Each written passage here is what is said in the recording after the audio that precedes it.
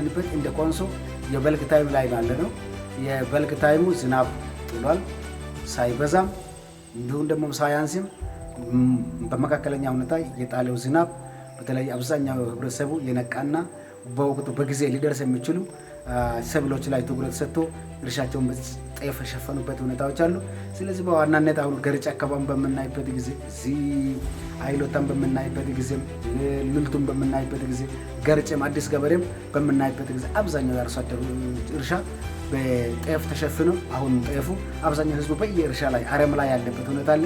ስለዚህ በዚህ የዝናብ ሁኔታ ከቀጠለ ቀጣይ ላይ ህዝባችን ከፍተኛ ምርት ማግኘት የሚችልበት ሁኔታ አለ። ይህ ማህበረሰብ የተሻለ ምርት ካገኘ አሁን ከደረሰባቸው የጸጥታ ቀውስ አገግመው ወደ ተሻለ የኑሮ ደረጃ መምጣት የሚችልበት ሁኔታዎች አሉና ጥሩ ነገር ማየት ይችላል።